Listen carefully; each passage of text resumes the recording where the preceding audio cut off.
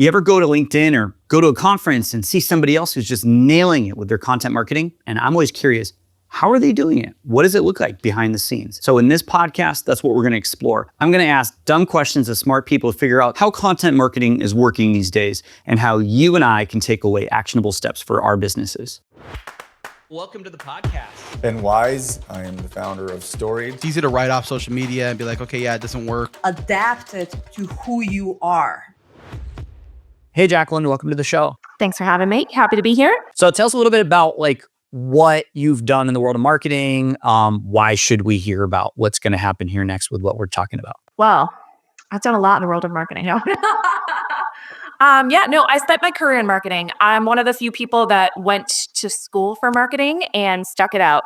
Even though I joke because when I went to school for marketing, social media didn't exist. CRMs didn't exist. I spent 11 years in the Salesforce ecosystem, and I'm pretty sure that it was barely a baby when I was in college, and I spent some time in pay-per-click ads, and that didn't exist either. So I'm one of those rare people that have a degree in marketing, and I stuck it out for my whole career, but the industry has evolved greatly over the years, and so that's been really exciting. So anyway, spent my career in marketing, and now here I am doing social media marketing and talking to you. For what vertical again? Is it a specific B2B vertical or all B2B? No, I have not gone to a specific B2B vertical. So right now I'm helping companies maximize their social media presence because a lot of companies aren't doing it well. Everyone hates on the dusty corporate playbook and stodgy company pages, and that stereotype is around for a reason. And so what I like to do is come in and help companies really bring some life to their LinkedIn specifically presence. I guess you could say I've niched in there to LinkedIn. Because especially in the B2B space, I don't think most of them are on Instagram or even need to be on Facebook, for example. So yeah, I've pretty much niched into LinkedIn right now. That makes sense. Okay. And that's how you and I connected. It was on LinkedIn. I saw your content, a friend of a friend, so to speak, in a comment somewhere. And we connected. And then I heard about this experiment you're doing and invited you on the podcast. So that's why we're talking here. So for our listeners, give us an idea of what you've been working on so far. So I enjoy from time to time taking a fun trend that's working over on the gram or TikTok and see if I can bring it to life on LinkedIn in a fun way. And so one night I was on Instagram and I found a creator who is using AI. He's using Chatty every morning and he's saying, hey, ChatGPT, I want to make $1 million. I have 10 to start. What should I do today? And he does the task. And then the next morning, let's say he earns $20. The next day he says, hey, ChatGPT, I have $30. How do I get to $1 million? And it had him cleaning gutters and going door to door, knocking on things to start. And I just thought it was a really cool idea. And so he was reporting on what it was telling him to do in the experiment and what worked and what didn't. It's like, you know what? How can I bring this to the business space and LinkedIn? And I don't need 1 million followers. So it wasn't like I was going to say, hey, I have, 1,200 followers. Can I get to 1,000 or whatever? But I just thought, all right, what if I ask AI to help me plan my content? So I decided to do a 10-day experiment where I had AI, and I actually used Claude, help me create my content. So I took some time and I fed it my voice, my brand guidelines. I put in a year of data, all of my previous LinkedIn posts, and it spit out 10 different ideas for content. And so it gave me a format, video, carousel, etc. Gave me a hook and a concept. And then I created the post for 10 days and it was really fun. Yeah. And for anyone that's watching this, we'll put a few examples up on the screen from Jaclyn's profile. I've seen a few of them. I thought they were really good. I was impressed at the relevance of the ideas. Now, this is me as a fellow B2B founder, service provider on LinkedIn every day. And I saw your posts and I knew you were doing this series. And I was struck at how, sometimes you get ideas from AI. It's like, do this thing, but it doesn't bring it home for how it's relevant to the viewer or the buyer. And there was a couple of your pieces I thought were interesting because they were relevant and they were that. What I mean by that is they were valuable. Like they taught me something or they showed me something that I hadn't thought about before. Do you attribute that to AI or your execution on the ideas of the AI? I think it's mostly me. So I put in every post. I said at the close, I said, by the way, this is day 2, day 3 of my experiment. Check the comments to see what Claude gave me to work with. And oftentimes it would say like social selling, format this, hook this. And then it was up to me to decide what I was going to share, what I was going to do with it, what kind of a carousel or video I was going to create. So that piece was all me. I do think it was the front end work that I put in about here's my voice, here are specific posts. I put in stats.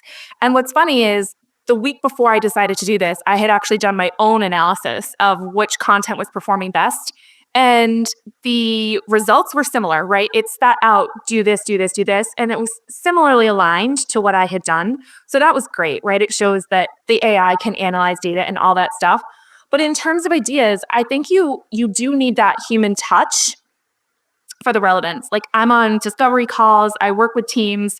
So I think that I have a unique sense of the pains and the challenges and the questions that people are asking. And maybe that's a piece that AI is missing. I've lost track of how up to date the data is in the models. And maybe it depends on which one you use. But I know for a while, all the data was from like 2022. And so I do think, there's some recency that a human touch brings to things and that like finger on the pulse element right now. And I've really shifted my content strategy to be more, like you said, something that you can learn and something that's really relevant because, anybody can go and search how to and get an AI search result or a quick and easy high level article, but it's my shared experience, my lived experience, and what I've done with teams and my insights that make me unique and that bring my content to life. And so I try really hard, and that's what I save. If I see someone that's like, oh, I did this 10 times, like here's what worked and here's what didn't, that's what I want to read. That's what I save to come back to later. And so that's what I try to put forth in my content. Yeah, inserting the human lived experience into the container, so to speak, of a format that the AI gave you. Was there ever a moment where you actually took the idea, or actually this was like, oh, this isn't a Jaclyn original, this is an AI idea, and you just took it wholesale and used it? And how did that go, if so? So actually, I think no, reverse. So one of the days it completely made up a quote and was like, oh, do this user testimonial. And I said, it was like, I don't actually have that quote or that client. So come up with another idea. Right. And I asked it for a new idea. And I put that in the comment as well, because I wanted to be really transparent with people, what I was given and then what I created from that. So it had to feel authentic and right for me in order for me to actually create content from their prompt. I think it was only the one that was just completely, what do they call it, a hallucination that was completely made up that I rejected. But most of the other ones, some of them I took liberty with, right? And I put that in the comment. I was like, I had fun with this one, or this one might have been a stretch, but here's why I took it this way. And I tried to give a little bit of insight into my thinking. And I do that with clients too, right? I think AI is a great tool it's a great thought partner. It's good for ideating, go back and forth. I'm a solo, so often use it for editing. But it's not at a place where you can just take it, copy paste, and use it as is. I've got so many follow-up questions, but the main one I'm thinking was, okay, so what happened as a result of doing this? What's your takeaway? I think just running the experiment and having this 10-day countdown was really motivating for me, because being in social media and running my own business and doing my own marketing, I'm often like the cobbler's kids with no shoes. And I'll realize that I've barely posted in a while. So just having that in the back burner and working towards that was really helpful and motivating. And I probably posted more since I started the experiment than I normally would have.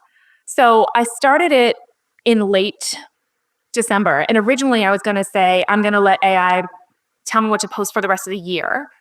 But I chickened out because one of my favorite posts, I think it was day 3. So it told me to do something about virality. And I took it and I came with this idea of like the trap of chasing viral posts and the virality trap, which reminded me of the Parent Trap.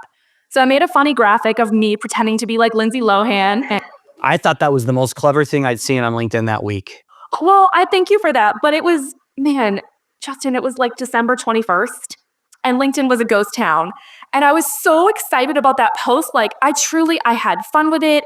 I had 2 camps, like Camp Viral versus Camp Data. And like, I loved that post. And day 1, I got like 44 views. I mean, I almost cried. It was like, not that views are everything, because it's not, but like at that moment, I was like, I cannot post through Christmas break because I'm working hard on this content and I do want it to work for me as well. So I ended up changing my post cadence, but I would say I posted more over the course of the experiment than I usually do. So ultimately what happened was it encouraged me to post more, and it gave me a nice little creativity boost, because as I was working to create these pieces, it spawned other ideas. And I threw up a couple of posts that were not involved in the experiment throughout. So that was great. I had 2 videos that kind of got picked up in the feed, so to speak. Is that what we're calling it? The video feed? The LinkedIn mobile video feed. Yeah. Yeah, I remember. Which I remember I you still don't doing a have. mini report on it. Rude. You still don't have I it. don't. Okay. I have done a rain dance. I've spun around 3 times. I've like deleted it, updated it, all the things, and I do not have it. I've swiped. No matter what way I swipe on my videos, it just brings me back to the original post. And so for the viewer or the listener, the LinkedIn mobile video feed is a Reels type feed that exists only in the LinkedIn app on your phone right now. But I only got it like 3 months ago, sounds like. And I know some people got it months before that and started in March of 2024 when they started releasing it. And sounds like not everybody has it yet. So if you're not sure. Yeah, if you're not sure, open up the LinkedIn app, and on the bottom you see it says video on the there you go. You can see it on if you're watching. If I just swipe up as if I was in Reels or TikTok, it just pulls it, like it disappears, and I go back to the original post. So yeah, I don't have it yet. But so I had 2 videos get kind of pulled into that, which is great. But I will say probably the most impactful thing was a friend of mine, a colleague, commented and shared my post with her followers. And so what's interesting is I had one of my posts get picked up into the feed, got like 140,000 views or impressions. Awesome. And I got maybe 20 followers that day, the next day. But a colleague, I posted about this last week, Lee, she's lovely. She's in the B2B space. She's a content marketer, and she's built up a really loyal audience that trust her and respect her. And she shared one of my carousel that was like a playbook for social selling, and she shared it and said, I'm advising all of my clients to double down on social selling, and here's a great playbook. And I got 100 followers overnight, which is not huge in the grand scheme of things. If it's well qualified followers, that's massive. That's the thing. It's quality. And so she has an audience of people that care about content marketing. They care about B2B. And now some of those people are in my audience and will hopefully see my message and my work. And so I think really also what it's taught me, and this is what I teach all my clients too, when I train them, is it's more about the relationships that you're building and your authority and expertise in that area than just, virality. Of course, I want people to see the work that I've worked hard on. I was very sad when my Parent Trap post didn't perform the way that I hoped it would, but I also want to create a robust body of content that people can kind of binge through, hopefully, maybe, I don't know.